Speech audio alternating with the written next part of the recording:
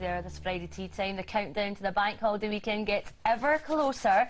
So let's kick it off in style with our favourite Friday guest. It's Tom Canavan. Oh yeah. Oh yeah. Oh yeah. It's a big reception. I love that. We have missed you, Tom Canavan. Oh, well, I've missed you too. I've missed you both very much. Now we do our journey round the world of wine with you. Where are you're taking us off piste to the uncharted territory? Well, it is a bit. You know, there's no real country theme tonight or grape theme. What I've really looked at is grapes that are a wee bit different, something a bit different for people that have tasted lots of Sauvignons and lots of Chardonnays, just something a bit of difference. And also wines that I think are really food friendly. You know, all wines are food friendly. They all go with food. That's the kind of one of the purposes of wine. But these ones are nice on their own, but even better with the right food. All right, what's up first then? So first up, we're going to Italy, and we're going to the north of Italy to Piedmont, and this is the Pia Valta Verdicchio 2008. It's an organic wine, and it comes from an organic specialist called Vintage Roots. They've got a website, and that'll be on our website too. So Vintage Roots sell this at £8.99, and it's made from this grape called Verdicchio in the east of Italy, and if you have a little nose of it, it's quite a subtle wine. Quite nutty, I think. There's a nice little touch of kind of almond in there. Can I taste it? Have a sip. Sorry. And it's very dry. Ooh. It's got lovely kind of herby flavours, I think. Nutty flavours again. But there's also a little touch, for me, a little touch of honey that just kind of brings it all together again. I think it's a beautiful, crisp, dry white wine, but even better with the right foods. So what would people be able to compare that to, Tom? I mean, is it like Soave, maybe, or, you know, Frascati, those kind of things? That's a really good question, Stephen. It is quite like both of those, but if I was going to really compare it with anything, it would be with a French wine with Chablis. And if people like a really crisp, dry Chablis, which is made from Chardonnay, so it's a different grape, but it's that crisp, dry, quite light-bodied, kind of mouth-watering kind of quality. And this is brilliant. It's got that little kind of herby touch to it, the nutty touch, which I think makes it brilliant with pesto.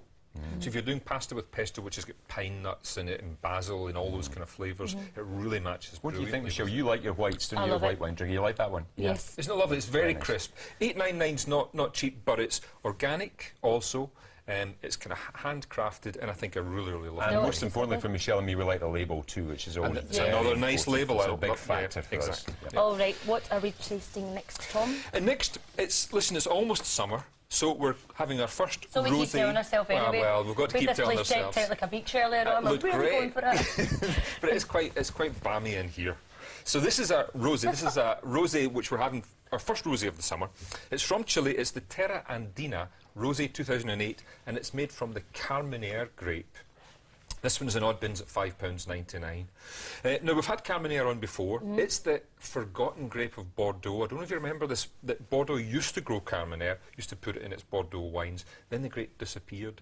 But it's been rediscovered just in the last kind of 10, 15 years, thriving in Chile, and it's now been reintroduced into Bordeaux too. This is a Chilean one, and if you have a little sniff and a little go at that, it has that lovely rosé freshness. I'm thinking of kind of cherry. Lovely. Yeah, you know, sometimes rosés can be so sweet and sickly, but this isn't. This is not. This is another food-friendly rosé because it's not sweet. It's really quite dry. And if you taste it, which you guys have already beaten me to it, Don't feel lonely, Tom. force yourself to have another sip, Michelle. Lovely dry finish, bit of red currant, lovely acidity. Really nice with things like poached salmon. That's my favourite so far. I don't know, am I being wrong? No, I think you're dead right. There is a kind of little bit of mint on it on the nose, and then the palate, it's got that nice herby kind of freshness again, which again makes it really food friendly. So a lovely dry rosé for those who like the drier style. And as you say, it just lets us know summer's here, doesn't it? Everyone goes on summer to the rosé. again. Yeah, Now, £5.99. our last one. Have you gone mad, Tom? I've never heard of this. It's a sparkling red. I thought I knew a lot about wine, not in the way you know about wine, but No, I mean, I thought I knew a lot about wine. I've never heard of this. Well, listen, it is a little bit different, I have to admit. It's a sparkling or semi-sparkling red wine from the north of Italy. This one's from Piedmont, up in the northwest of Italy. And it's the Araldica Bracchetto d'Acqui. Easy for you to say. Easy for me to say. The grape is called Bracchetto. It's in Waitrose, and it's only £4.42. That's a good price, isn't it? It's a special offer. It's £5.99 normally. Right. £4.42. Is this just like a dark rosé then? It is. If you say it's almost Yeah. sparkling. I mean, the colour's more dark rosé, I think, than deep red. It's got that little bit of frizzante to it. Not fully sparkling, but a little bit of fizz. Am I detecting this as low in alcohol? I don't taste much alcohol in that. Your That doesn't have to be receptors are going off. You're right. You're dead right. It's only get 5% alcohol. Tom, I thought me and you had an agreement. I Nothing know, less than a 9 in here. Well, Nothing less than a 9. So it's only about the same as a strong beer, really. I think for barbecues, though, that would be lovely, wouldn't it? I think it's exactly it, Stephen. It's got some sweetness to it. It's got that lovely strawberry fruit. Imagine summer in the garden. It's during the day. You don't want to get too tipsy. So you just have a couple of glasses of this. Imagine that. Lovely and sweet, lovely and fruity. I think it's delicious. It's got to be stuff. super. You served it really nice and cold. It's got to be super cold. This, Yeah, isn't it? this is cold. This is a wine to serve cold. Enjoy that lovely kind of fragrance and that strawberry. What would you eat that with? Well, I think it's really nice to sip on its own. But I think, again, it falls into the dessert wine category for me. What about squirrel meat? Yeah, What you but was having with squirrel on the that? show. Have we got the squirrel Which still one? here? Oh, hey!